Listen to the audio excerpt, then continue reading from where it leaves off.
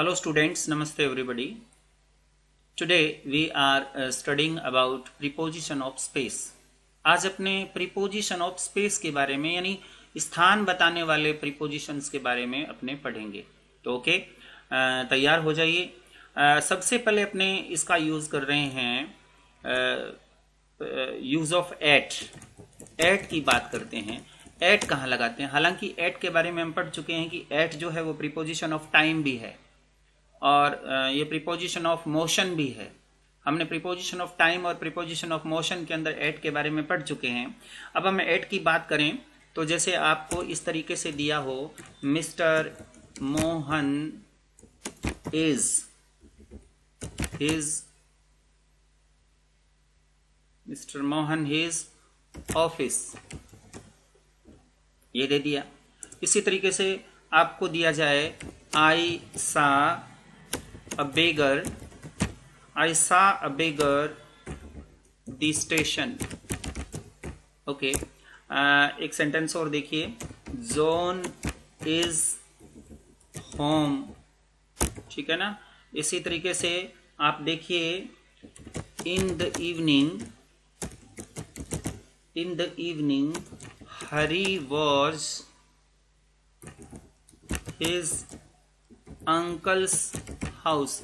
अब ये सेंटेंस आप देख रहे हो, इसमें क्या हो रहा है कि एट का यूज अपने को कैसे किया जाता है। यहां देखिए, ऑफिस, मोहन ऑफिस में है, बेगर मतलब भिखारी जो है वो स्टेशन पर है, जॉन घर पर है और हरी जो है वो अंकल के घर पर था।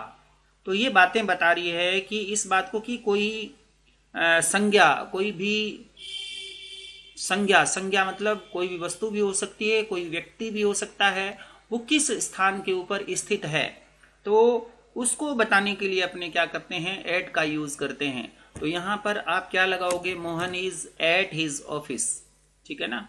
और इसमें क्या लगाओगे, आई saw A beggar eight the station. Station पर देखा तो यहां हिंदी अनुवाद पर करते हैं तो आप ऑन द स्टेशन मत कर देना, ये गलत हो जाएगा।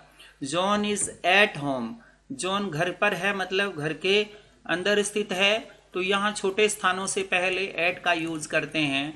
ऐसे ही यहां पर देखिए, in the evening Hari was at his uncles house, तो यहां पर भी अपने किसका यूज करेंगे, एट का यूज करेंगे। तो ध्यान देना है, एट का प्रयोग अपने करते कहां हैं, तो एट का प्रयोग ऐसे करते हैं। अच्छा, दूसरी बात, अपने एट का प्रयोग कहां करते हैं, एक और बात आपको मैं बताना चाहता हूं कि जैसे कहें ही लिव्स एट, जैसे रामपुरा, ये रामपुरा क्या है, छोटा स्थान है, तो एट रामपुरा लगाएंगे अपने, ही लिव्स एट रामपुरा है। ऐसे ही बस्सी चित्तौड़गढ़ में है तो अपने कहें ही लिव्स एट बस्सी, ठीक है ना, ही लिव्स एट बस्सी। तो यहां पर भी अपने क्या लगाएंगे, एट का यूज करेंगे। हाँ, इसमें ये बात आपको विशेष रूप से ध्यान रखनी पड़ेगी कि यहां पर तो आपने एट का यूज कर दिया, परंतु जब बड़ा स्थान साथ में दिया होता हो तो बड़े स्थान से पहले इन लगाओगे और छोटे स्थान से पहले एट लगाओगे। कैसे? ऐसे दे दिया जाए आपको, ही लिव्स, ऐसे हाथीपोल, हाथीपोल कहाँ है, उदयपुर में है, तो आप उदयपुर की बात करेंगे। उदयपुर के अंदर एक छोटा स्थान है हाथीपोल, तो पहले वाले में तो आप लगाएंगे एट, क्योंकि एट छोटा स्थान है, और दूसरे वाले में स्थान लगाएंगे इन। क्यों लगाएंगे कि उदयपुर बड़ा है, हाथीपोल छोटा है, तो वो उदयपुर में हाथीपोल के पास रहता है या हाथीपोल में रहता है, तो ये ध्यान में आपको रखनी है। ऐसे ही आप देखिए, ही लिव्स स्टेशन, इस तरीके से दिया हो, स्टेशन रोड कोटा। अब आप देखिए, कोटा बड़ा है तो कोटा से पहले इन लगेगा, और स्टेशन रोड छोटी है तो यहां पर एट लगेगा। तो इस तरीके से ही lives at station road in Kota, तो कोटा से पहले क्या लगा दिया, इन का यूज कर दिया। देखिए, एक और प्लेस ऑफ डेफिनेट स्पेस का नाम, डेफिनेट स्पेस होता है निश्चित स्थान की अगर हम बात करें, आप पर्टिकुलर प्लेस बताते हो कि वो चीज वहां पर पड़ी है या वहां पर स्थित है, तो भी अपने एट का ही यूज करेंगे। कैसे कैसे यूज करेंगे? ही इज ऑन ड्यूटी, ऐसे कहें ही इज ऑन ड्यूटी। जैसे आप कहें कहाँ है ड्यूटी पर, तो आप कहें हॉस्पिटल काउंटर के ऊपर उसकी ड्यूटी लगी हुई है। तो यहां पर हॉस्पिटल काउंटर क्या है? एक पर्टिकुलर प्लेस है, इसलिए हम क्या लगा देंगे यहां पर? एट लगा देंगे। तो he is on duty at hospital counter.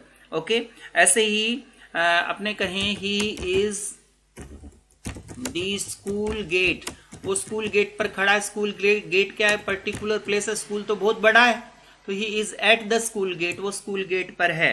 तो ये पर्टिकुलर प्लेस है। जैसे अपने कहें I shall meet you, I shall meet you. अब यहाँ कहें कि स्टेशन पर मिलूंगा आपको, तो यहां पर क्या कहेंगे? At the station, on the station नहीं कहेंगे, गलत हो जाएगा। तो I shall meet you at the station. Station particular place की बात बता रहा है। ऐसे ही आपको कहें Sohan is the cinema house, cinema house, Sohan cinema house पर है इस समय, तो अपने एट का यूज करेंगे। तो इस तरीके से ध्यान देना है। पर्टिकुलर प्लेस की बात जब करते हैं, पर्टिकुलर प्लेस की जब बात करते हैं, तो अपने एट का यूज कर देते हैं। बड़ा हो तो उससे पहले इन लगा दो, बड़े के साथ अगर छोटा स्थान दिया है तो उससे पहले एट का यूज करना है। तो इस बात को आपको नहीं भूलना है। ओके, ये हमारा प्रीपोजिशन ऑफ स्पेस था, एट का यूज। अपने अब बात करते हैं इन की, यूज ऑफ इन। अब इन की जब हम बात करते हैं तो इन का पहले तो अपने बात कर ही चुके हैं। इन कहाँ लगाते हैं? बड़ा क्षेत्र जो होता है, जैसे he lives in India, he lives in India, तो यहां जो इन लगाया हुआ है वो इंडिया से पहले लगाया। इंडिया क्या है? बड़ा है ना, इसलिए इंडिया से पहले क्या लगा दिया? In. He lives in India. Okay, ऐसे ही आप लगा सकते हैं ही लिव्स एट जोहरी बाजार। अब इसको ध्यान देखिए, जोहरी बाजार इन जयपुर, ठीक है ना, ये दे दिया। अब आप देखिए एट जो लगाया है वो जोहरी बाजार से पहले लगाया। क्यों?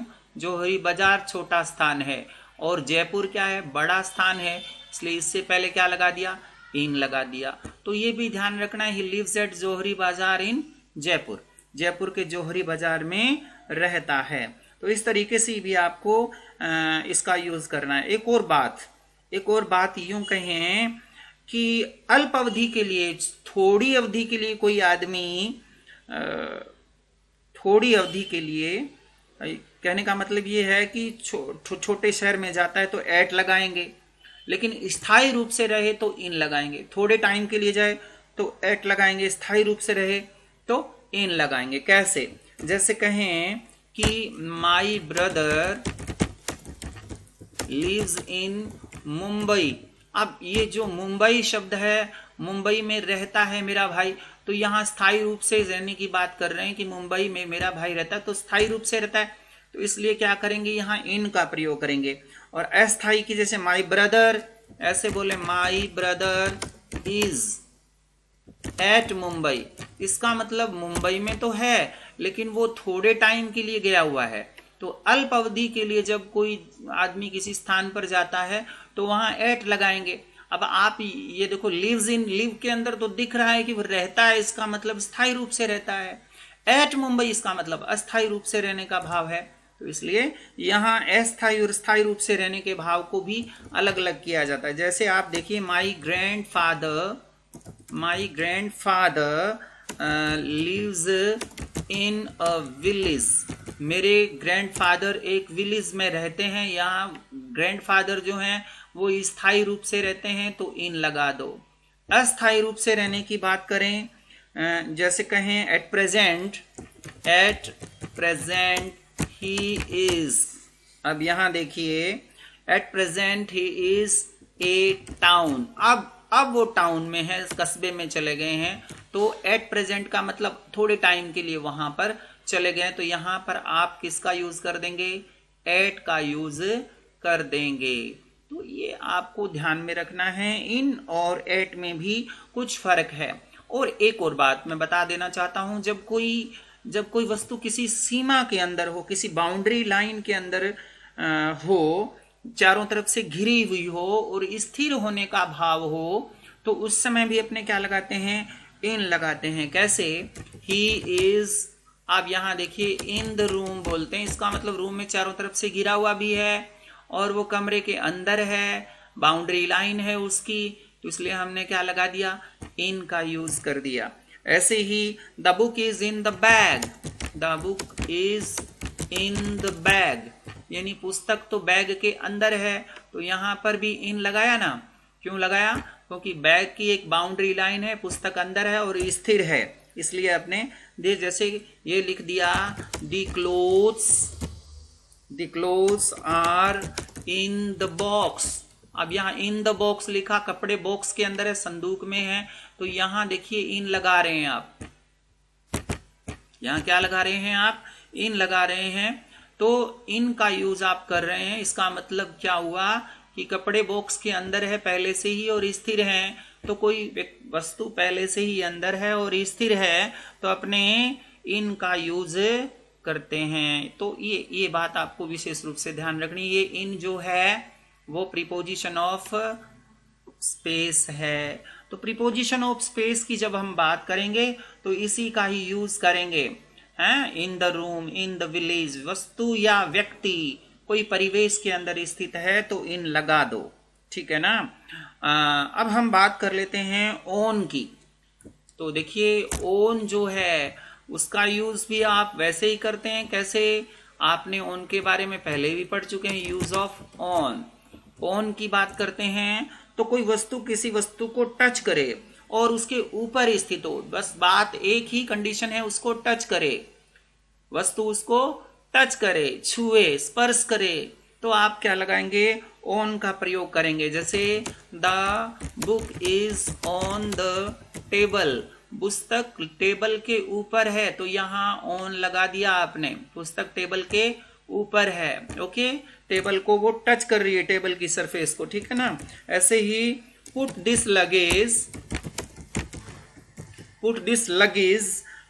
On his bed, sorry on his head, sorry, उसके लगेज को रख दो उसके हेड पर, तो हेड के ऊपर टच करेगा, तो ये ऑन का यूज करेंगे। यहाँ पर लगेज जो है वो हेड मतलब सिर को टच करेगा, कोई सामान है लगेज का मतलब, तो यहाँ पर भी जैसे कोई चादर बिछानी है तो spread the carpet on the floor, ठीक है ना। तो कारपेट फ्लोर के ऊपर स्प्रेड करनी है, बिछानी है, तो बिछाने के लिए कह रहे हैं अपने, तो ओन लगाएंगे। हालांकि मैं ये बात बता देना चाहता हूं, यहाँ पर ओवर का यूज नहीं किया जा सकता, पहले से ही ढकी हुई है कोई चीज पूरी तरह से, तब अपने ओवर का यूज करेंगे।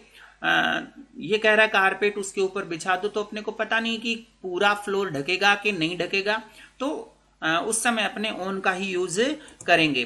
तो यहां पर स्प्रेड की बात करते हैं, जैसे आप कहें don't sit on the grass, यानी ग्रास के ऊपर आप मत बैठो, घास के ऊपर मत बैठो, तो यहां ऊपर के अर्थ में भी ओन का यूज किया जाता है। तो इस तरीके से ध्यान रखना है। ओन का प्रयोग वैसे आपको मैंने टाइम वाले जब चैप्टर था तो उस समय बताया था कि ओन का यूज जो है बार, त्योहार और तारीख से पहले किया जाता है। वैसे बहुत सारे ऐसे शब्द हैं जिनसे पहले ओन ही लगाते हैं, दूसरे शब्द का यूज करते ही नहीं है, तो ये भी बात आपको ध्यान रखनी है। अब ये ओन के बाद हम बात कर लेते हैं ओवर की, क्योंकि ये मिलते जुलते हैं। आप ओवर की बात कीजिए, ओन के बाद आप ओवर की बात कीजिए। ओवर का यूज कैसे करते हैं, किसी धरातल पर पड़े होने या ढकने के अर्थ में, कोई चीज पड़ी हुई किसी धरातल पर या उसके ऊपर ढकी हुई है, तो अपने ऐसे कहते हैं ओवर। जैसे अपने ये कहें कि ओवर में spread your handkerchief, spread your handkerchief, spread your handkerchief over your face, over your face. Over your face का मतलब पूरा ढकने के लिए बोलते हैं ना, तभी अपने बोलते हैं कि ढकने के अर्थ में होता है लगभग कि ये जो हैंडकरचीफ है अपने फेस के ऊपर ढक लो, इसका मतलब फेस को आप कवर कर लीजिए। ऐसे ही spread the sheet over the table, अब टेबल के ऊपर ढकने की बात कर रही है, इसका मतलब टेबल को पूरी को कवर कर लो, ढक लो, तो पूरा कवर करने के अर्थ में ही ओवर लगाते हैं, ये बात भी आपको ध्यान रखना है। दूसरी बात, अपने एक बात और कर लेते हैं ओवर के बारे में।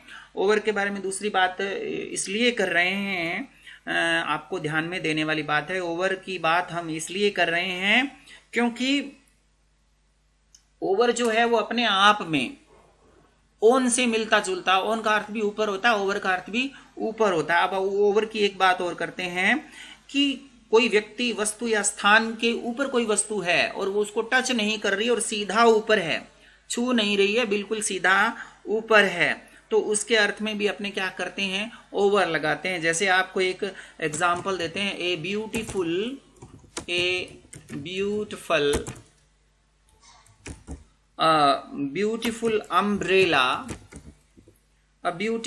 umbrella is being held over the bridegroom's head. The bridegroom's head. अब ये देखिए, beautiful umbrella is being held over, इसका मतलब ब्राइड ग्रूम के हेड को, दुल्हे के हेड को वो टच नहीं कर रहा है अम्ब्रेला जो है वो, इसलिए यहां ओवर का यूज किया गया है। इसी there is canopy over my head, there is canopy over my head, तो ये ओवर जो लगाया वो भी किसके लिए लगाया, क्योंकि कैनपी जो है वो हेड को टच नहीं कर रही है, इसलिए हमने यहां पर क्या लगा दिया, ओवर लगा दिया है। तो ओवर को भी ध्यान से समझना है। ऑन और ओवर में क्या फर्क है, ऑन में सरफेस टच करती है, ओवर में सरफेस टच नहीं करती, वो ऊपर रहती है। इस बात को आप विशेष रूप से ध्यान में रखेंगे। ओके, तो ये बात हुई अपने ओवर की। ओवर से मिलता जुलता ही आप बात करेंगे अबव की, ठीक है ना। ओवर से मिलता जुलता होता अबव। अबव जो है, अबव का मतलब क्या होता है, छूता नहीं है, किसी और ऊंचे पॉइंट के ऊपर होता है। अबव जो होता है किसी और ऊंचे पॉइंट की बात करता है। अबव में जो होता है कंपैरिजन होती है कि ये से ऊंचे के अर्थ में अबव लगाते हैं। ध्यान देना है, हम यहां पर कर रहे हैं अबव की बात, अबव की बात करते हैं, तो अबव का मतलब हम क्या कर रहे हैं, हम से ऊंचे की बात कर रहे हैं। यानी जैसे कहें the birds are flying above the mountain, above the mountains. अब birds are flying above the mountains. mountains की ऊंचाई पहले से ही ऊपर है, उनसे ऊपर की बात कर रहा है, यानी पक्षी उनसे भी ऊपर उड़ रहे हैं। तो यहाँ पर माउंटेन की ऊंचाई और बर्ड्स की ऊंचाई, दोनों की ऊंचाई को कंपैरिजन किया जा रहा है, इसलिए यहाँ पर अबव का प्रयोग किया गया है। ऐसे ही the sun rose above the horizon. अब सन जो है वो हॉरिजन से ऊपर उगा, क्षितिज से ऊपर उगा, तो इसका मतलब क्षितिज की ऊंचाई और सन की ऊंचाई दोनों की यहाँ पर कंपैरिजन हो रही है, इसलिए यहाँ पर क्या लगा दिया, अबव का यूज कर दिया गया है। और देखिए अबव हमने पढ़ लिया, ओन हमने पढ़ लिया और ओवर हमने पढ़ लिया। तो अपॉन भी हम देखो पहले पढ़ चुके हैं, अपॉन का यूज भी अपने इसका पढ़ चुके हैं, तो इसलिए उसमें आपको किसी प्रकार का कंफ्यूजन नहीं होना चाहिए। ओके, अब हम बात करते हैं फ्रॉम की। वैसे फ्रॉम की बात हम कर चुके हैं। फ्रॉम कब लगाते हैं, फ्रॉम निकास स्थान को बताता है। निकास स्थान मतलब कहां से हम निकल रहे हैं, ठीक है ना। जहां से हम निकल रहे हैं, तो जहां से हम कार्य शुरू कर रहे हैं, ये भी बात, दो बातें, जहां से हम निकल रहे हैं या उस स्थान को छोड़ रहे हैं, या जहां से हम जिस पॉइंट से हम काम शुरू कर रहे हैं दो बातें ध्यान रखें, जहां से निकल रहे हैं, जिस स्थान को छोड़ रहे हैं, या जहां से हम काम शुरू कर रहे हैं, से के अर्थ में फ्रॉम का यूज किया जाता है। जैसे कहें this letter has come from Agra, ये लेटर आगरा से आया है। इसका मतलब क्या हुआ, यहाँ पर ये जो लेटर जो है वो आगरा से निकला था, मतलब यहां से ये लेटर चला था, तो ये इसका स्टार्टिंग पॉइंट है। वी ड्रू वाटर फ्रॉम अ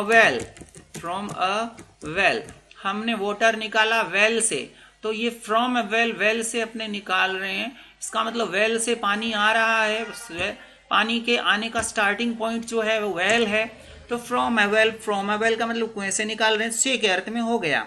ऐसे ही काम प्रारंभ करने की बात करें तो अपने ऐसे बात करते हैं, दे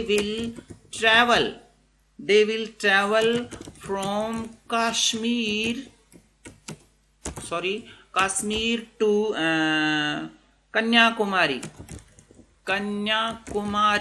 तो ये देखिए फ्रॉम लगाया हुआ है, कश्मीर से वो शुरू हो रहे हैं, उनका स्टार्टिंग पॉइंट है, और कन्याकुमारी उसका एंडिंग पॉइंट है।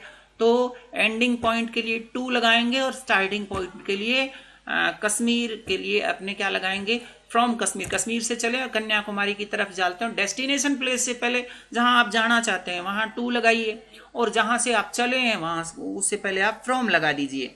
ओके, ऐसे ही आप please remove the book from the table. अब ये कहता है टेबल से बुक हटा लीजिए, तो इसका हटाने का जो स्टार्टिंग पॉइंट है वो क्या है, टेबल है। तो टेबल से हटाना है अपने को, तो ये फ्रॉम का यूज अपने इस तरीके से भी कर सकते हैं। तो अब ये बात आपको ध्यान में रखनी कि अपने फ्रॉम लगाते कहाँ है, स्टार्टिंग पॉइंट से पहले लगाते हैं, फ्रॉम का यूज हो गया है। अब अपने बात करते हैं बाई की बात करते हैं। बाई कैसे यूज करते हैं, यूज ऑफ बाई का यूज कैसे करते हैं। बाई की बात करें तो बाई का मतलब होता है बगल में, यानी बिल्कुल पास में है, कोई वस्तु किसी वस्तु के पास में है तो अपने कहते हैं बाई। जैसे कम एंड सिट बाय मी, मतलब मेरे पास बैठ जाओ, तो इसका मतलब आओ और मेरे पास बैठ जाओ। तो यहाँ पास के अर्थ में, समीप के अर्थ में, निकट के अर्थ में बाई का यूज करते हैं। ऐसे my house is by the river, इसका मतलब नदी के पास है मेरा घर, नदी के बिल्कुल पास, बगल में है, तो ये बाय का प्रयोग हुआ। ऐसे ही आप यूज कर सकते हैं, ही passes by my house, वो मेरे घर के पास से गुजरता है, नजदीक से गुजरता है, इसका मतलब बाय माई हाउस। तो यहाँ बाय माई हाउस हो गया। I walk by the river side in the morning, I walk by the river side in the morning. अब ये देखिए, तो बाय द रिवर साइड का मतलब क्या हुआ, नदी के किनारे से या रिवर वाली साइड से मैं जाता हूं, तो यूज ऑफ बाय हो गया। तो इसको अपने कहते हैं बाय का यूज कैसे हम करते हैं, तो ये बाय हो गया। अब बिटवीन का यूज वैसे मैंने आपको बता दिया है, लेकिन फिर भी प्रीपोजिशन ऑफ स्पेस में भी हम बात करें तो बिटवीन का यूज भी इसी तरीके से, पहले जो बताया हुआ है इसी तरीके से करते हैं। बिटवीन का यूज यानी दो वस्तुओं या व्यक्ति के बीच कोई चीज स्थित है, दो के बीच, वस्तुओं के बीच में हो सकती है, दो व्यक्तियों के बीच में भी कोई व्यक्ति हो सकता है, तो अपने बिटवीन लगाते हैं। जैसे कहें देयर इज अ ट्री, एक पेड़ है, between the two houses, between the two houses, दो घरों के बीच में एक पेड़ है, तो ये बिटवीन क्या है, दो घरों की बात हो रही है ना, इसलिए बिटवीन लगा दिया है। तो यहां बिटवीन का यूज कर सकते हैं। ऐसे ही Sanganer is at a distance, Sanganer is at a distance ठीक है ना। Between 11 and 12 kilometers and 12 kilometers from Jaipur, from Jaipur. अब यहां देखिए इसमें बहुत सारे बिटवीन 11 और 12 के बीच में, तो बिटवीन 2 के बीच में होता है, तो यहां बिटवीन लगा दिया है। और आप फ्रॉम भी नोट कीजिए, देखो जयपुर से के अर्थ में फ्रॉम का यूज किया गया है, ठीक है ना। यहाँ एट अ डिस्टेंस की दूरी पर है, तो एट अ डिस्टेंस ये फ्रेज होती है, तो डिस्टेंस से पहले एट अ डिस्टेंस का यूज किया गया है, तो यहाँ एट का यूज भी किया गया है। तो हर प्रीपोजिशन को आपको ध्यान से देखना है कि बिटवीन का यूज कैसे करते हैं, एट का यूज कैसे करते हैं, ध्यान देना है आपको। बिटवीन का यूज कैसे करते हैं, एट का यूज कैसे करते हैं। बिटवीन की बात आपने with 2 or more limits when boundaries जो होते हैं वो क्या होती है, बाउंड्रीज आर कंसर्न्ड, ठीक है ना। सीमाओं के संबंध में 2 से अधिक संज्ञाओं के साथ में Rajasthan lies between Haryana, Gujarat, MP and UP. जब हम अपने बाउंड्री लाइन की बात करते हैं तो अपने 2 से अधिक के लिए भी इसका यूज कर सकते हैं। कैसे यूज करते हैं, जैसे राजस्थान इज लाइज, या राजस्थान इज सिचुएटेड, ऐसे भी कर सकते हैं। राजस्थान लाइज पड़ता है बिटवीन, अब यहां बिटवीन लगाया, बिटवीन क्या, Haryana comma Gujarat, MP and UP, MP and UP. तो ये जो हमने कहा एमपी एंड यूपी के बीच में है, तो ये बात भी बड़ी बात है। तो ये 3 कह तो, एमपी भी हो गया, यूपी हो गया, गुजरात भी हो गया, हरियाणा भी हो गया, 4 हो गए ना। आप तो कह रहे थे 2 के बीच में बिटवीन लगाते हैं। तो यहाँ बाउंड्री लाइन की जब हम बात करेंगे तो बिटवीन जो है वो बहुत सारों के बीच में भी हो जाता है, ठीक है ना। अब बिटवीन के साथ साथ मैं बता देता हूं, अमंग का प्रयोग भी करते हैं, ठीक है ना। अमंग का यूज भी करते हैं। अमंग क्या होता है, अमंग का मतलब बहुत सारों के बीच में भी अमंग का यूज किया जाता है। अमंग का मतलब होता है बहुत सारों के बीच में, तो अमंग होता है बहुत सारों के बीच में। कैसे, जैसे Shyam is sitting among his friends, Shyam जो है अपने फ्रेंड्स के बीच में बैठा है, तो अमंग हिज फ्रेंड्स। क्यों, क्योंकि श्याम बहुत सारे मित्रों के बीच में बैठा हुआ है, तो अमंग का प्रयोग कर दिया है। जैसे pick out a ball among these, pick out, जैसे पिक आउट की बात ना करें, जैसे ये कहें कि there is a blue ball among the red balls. Red balls हैं बहुत सारी, उनके बीच में क्या है, ब्लू बॉल है। तो यहाँ पर अमंग का मतलब बहुत सारी बॉलों के बीच में एक बॉल पड़ी है, बहुत सारी बॉल्स के बीच में एक बॉल है, तो वहां से आपको छांटना है, तो ये हो गया अमंग का यूज। ओके, तो इस तरीके से अपने अमंग का यूज भी कर लेते हैं। तो अमंग का यूज हो गया, बिटवीन का यूज हो गया। अब अपने अंडर का यूज करेंगे।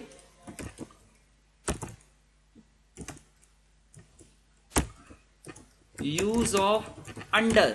अंडर क्या होता है, अंडर की जब हम बात करें, चीज के नीचे नहीं छूते हुए स्थिर होने की स्थिति में, कोई वस्तु है, ये वस्तु है, इसके नीचे टच यहां नहीं कर रही है बल्कि इसके नीचे है, ग्राउंड के ऊपर है, तो अपने कहते हैं ये चीज है, इसके नीचे यहां टच नहीं कर रही है, वो ये यहां है, तो अपने क्या करते हैं, अंडर का यूज करते हैं। जैसे my dog is under my cot, यानी चारपाई के नीचे है, तो अंडर का मतलब के नीचे के अर्थ में अंडर का यूज करते हैं। के नीचे के अर्थ में अंडर का यूज करेंगे, ठीक है ना। अंडर माई कॉट, मेरे पलंग के नीचे है। ऐसे ही कहें, a cat is sitting under the table, a cat is sitting under the table. Cat जो है वो टेबल के नीचे बैठी हुई है, तो अंडर द टेबल, यहाँ अंडर द टेबल लिखा हुआ है, तो अंडर द टेबल का मतलब टेबल के नीचे बैठी है तो टेबल को टच थोड़ी कर रही है, टेबल के नीचे ग्राउंड को टच कर रही है, तो यहाँ अंडर का यूज अपने कर सकते हैं। ओके, तो अंडर का यूज भी अपने यहाँ पर कर लेंगे। तो ये भी प्रीपोजिशन ऑफ स्पेस है, ये भी प्रीपोजिशन ऑफ स्पेस है। तो ये हो गया यूज ऑफ अंडर। अंडर के बाद अपने यूज ऑफ थ्रू की बात करते हैं। Through, use of through. Through जो होता है, वैसे आपको प्रीपोजिशन ऑफ शायद प्रीपोजिशन ऑफ मोशन के अंदर आपको बता दिया होगा। थ्रू का अर्थ था अंदर से होकर गुजरने के अर्थ में। प्रीपोजिशन ऑफ मोशन होता है वैसे, अंदर से होकर के कोई गुजरती है ना चीज, तो मोशन वाला प्रीपोजिशन है। वैसे यहां पर मैं फिर दोबारा बता देता हूं कि through, the train is passing through an tunnel. The train is passing through a tunnel, यानी एक ट्रेन है जो वो टनल्स में से गुजर रही है, मतलब सुरंग में से गुजर रही है, तो यहाँ थ्रू का यूज करेंगे। हैं, थ्रू, वैसे इसको ध्रुव बोला जाता है, थ्रू, इस तरीके से। The train is passing through a tunnel. ऐसे ही the thief entered the house through a window. The thief entered, sorry, the thief की spelling thief entered the house through a window. जब कोई चीज चारों तरफ से घिरी हुई और उसके बीच में से निकले तो थ्रू, में से, तो में से के अर्थ में थ्रू का यूज करते हैं। थ्रू अ विंडो, विंडो में से गुजर जाती है तो थ्रू का यूज कर दिया। ऐसे ही the hunter pass through a dense forest. The hunter passed through a dense forest. जो डेंस फॉरेस्ट होता है वो भी क्या है, व्यक्ति को चारों तरफ से घेर लेता है, इसलिए अपने थ्रू अ डेंस फॉरेस्ट बोला। तो यहाँ पर घने जंगल की बात हो रही है। घने जंगल में से कोई आदमी गुजरता है तो वो भी अपने ये बोल मानते हैं कि वो भी बीच में से ही गुजर रहा है, इसलिए अपने यहाँ पर थ्रू का यूज कर देते हैं। हालांकि ये प्रीपोजिशन ऑफ मोशन है, फिर भी आपको ध्यान में रखना है कि थ्रू का यूज कैसे हम करते हैं। और हम बात कर लेते हैं अलोंग की। आपने अलोंग के बारे में तो पढ़ा था, शायद मैंने पहले बताया भी था। अलोंग का यूज कैसे करते हैं। अलोंग, अलोंग का मतलब होता है के किनारे, किनारे के साथ साथ, एक छोर से दूसरे छोर तक की बात भी अपने करते हैं, तो अलोंग की बात कर रहे हैं। जैसे अपने कहें there are trees along the road, यानी सड़क के किनारे किनारे पेड़ हैं, तो अलोंग द रोड का मतलब एक छोर से दूसरे छोर तक लंबाई की बात कर रहा है, आर पार की बात नहीं कर रहा है, ठीक है ना। There are shady trees along the river भी कह सकते हैं। There are shady trees along the river, river के साथ साथ छायादार पेड़ हैं, तो अलोंग द रिवर हो गया, नदी के साथ साथ। तो इस तरीके से अपने अलोंग का यूज भी कर सकते हैं। तो ये अलोंग हो गया। अब अलोंग की बात अपने कर ली, अलोंग के साथ साथ में एक बात कर लेता हूं अक्रॉस की। यूज ऑफ अक्रॉस, अक्रॉस की बात कर लेता हूं। अक्रॉस क्या होता है। अक्रॉस की हम अगर बात करें, अक्रॉस का मतलब होता है वस्तु के दूसरी तरफ, दूसरे किनारे पर कोई चीज पड़ी है तो अपने कहते हैं across. There is a palace across the river, there is a palace across the river, मतलब उस नदी के पार एक महल है। तो अक्रॉस द रिवर हो गया ना, अक्रॉस का मतलब नदी के पार। सड़क के पार कहना हो तो अक्रॉस द रोड, तो अपने सड़क के पार बोलेंगे तो क्या बोलेंगे, अक्रॉस द रोड, सड़क के उस पार। तो अपने ध्यान में रखना, लंबाई चौड़ाई वाली कोई भी स्थान है उसके आर पार की अपने बात करते हैं तो अक्रॉस की बात करते हैं, अक्रॉस द रोड। तो अलोंग और अक्रॉस भी क्या होते हैं, preposition. There is a bridge across the river, ये भी ध्यान में रखना है, आर पार की बात नहीं हो रही है यहाँ। There is a bridge across the river, ये भी होता है, there is a bridge across the river. इसका मतलब क्या हुआ कि रिवर के ऊपर एक ब्रिज है, यानी नदी सड़क आदि के एक तरफ से दूसरी तरफ तक बने होने की स्थिति में, एक तरफ से दूसरी तरफ तक कोई चीज बनी हुई है तो भी अपने कहते हैं अक्रॉस द रिवर। नदी के ऊपर, सड़क के ऊपर एक छोर से दूसरे छोर तक कोई चीज बनी हुई है तो अक्रॉस द रोड भी कह सकते हैं ना, अक्रॉस द रिवर भी कह सकते हैं। तो ब्रिज बना हुआ है इसलिए अपने अक्रॉस का प्रयोग कर लेते हैं। तो ये भी आपको ध्यान में रखना है। ओके, उसके बाद अपने बात कर देते हैं अराउंड की। अराउंड का मतलब वैसे हमने पढ़ लिया इधर उधर या चारों ओर, दो अर्थ होते हैं इसके। अराउंड का दो अर्थ होते हैं, इधर उधर भी होता है और चारों ओर भी होता है। There is a fencing around the ground, जैसे कहते हैं there is a fencing. Fencing का मतलब होता है बाड़।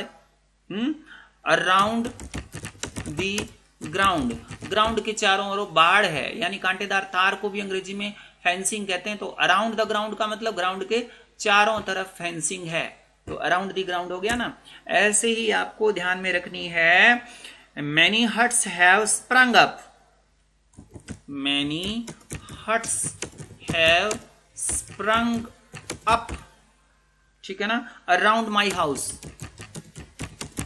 मेरे घर के आसपास, यानी इधर उधर आसपास की बात कर सकते हैं, इधर उधर की बात भी कर सकते हैं। मेरे घर के आसपास बहुत सारी झोंपड़ियां बन चुकी है, तो इसका स्प्रंग अराउंड माई हाउस, आसपास को भी अराउंड कहते हैं, चारों तरफ को भी अराउंड कहते हैं, ठीक है ना। तो ये अराउंड की बात भी आपकी हो गई है, अराउंड की बात हो गई है। अब हम बात कर लेते हैं अगेंस्ट।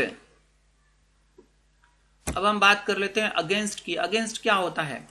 AGAINST, अगेंस्ट भी एक प्रीपोजिशन होता है, ध्यान देना है, ठीक है ना। ये प्रीपोजिशन अगेंस्ट होता है कहा मतलब इसका अर्थ सहारा, के सहारे कोई आदमी कुर्सी के सहारे खड़ा है, दीवार के सहारे खड़ा है, तो अपने कहते हैं अगेंस्ट द वॉल, यानी he was standing against the wall, वो दीवार के सहारे खड़ा था, ठीक है ना। तो अगेंस्ट द वॉल, तो इस तरीके से वो दीवार के सहारे खड़ा था। तो अगेंस्ट दी वॉल का मतलब क्या था? दीवार का सहारा लेकर के खड़ा था वो, है, दीवार के चिपका हुआ था, है, ऐसे। I saw a picture put against the mirror, मतलब मिरर के बिल्कुल पास सहारा लेकर के पिक्चर रखी गई थी, मिरर का सहारा लगा करके, तो इसका मतलब मिरर के पास में वो पड़ी हुई थी, तो ये अगेंस्ट द मिरर हो गया ना। तो यहां पर अपने देखेंगे अगेंस्ट का यूज भी अपने किसके रूप में कर सकते हैं? प्रीपोजिशन ऑफ स्पेस के रूप में कर सकते हैं। ओके, अब अपने एक प्रीपोजिशन और पढ़ते हैं फिर, क्योंकि ये वीडियो ज्यादा लंबा हो जाएगा, तो ज्यादा लंबा अपना करना भी नहीं चाहते क्योंकि आप बोर हो जाओगे। अपने बात करते हैं अबाउट की, ABOUT। अबाउट का यूज कैसे करते हैं? अबाउट का अर्थ भी इधर उधर होता है,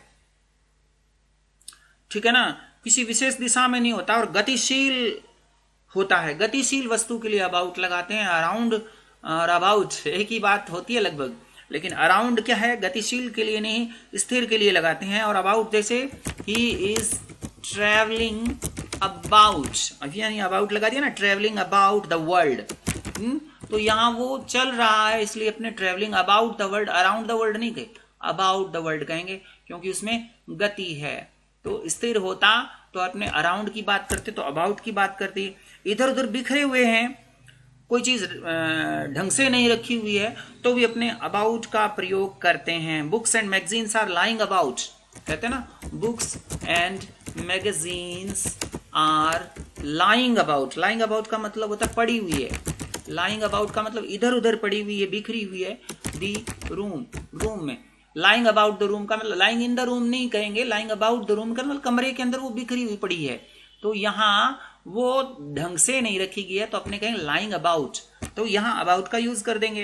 अच्छा, एक और बात करता हूं मैं अबाउट की। जब कोई समीप होने की बात करते हैं, I drop the pen about the black board, जैसे I drop the pen about the black board, मैंने ब्लैक बोर्ड के पास पेन डाल दिया,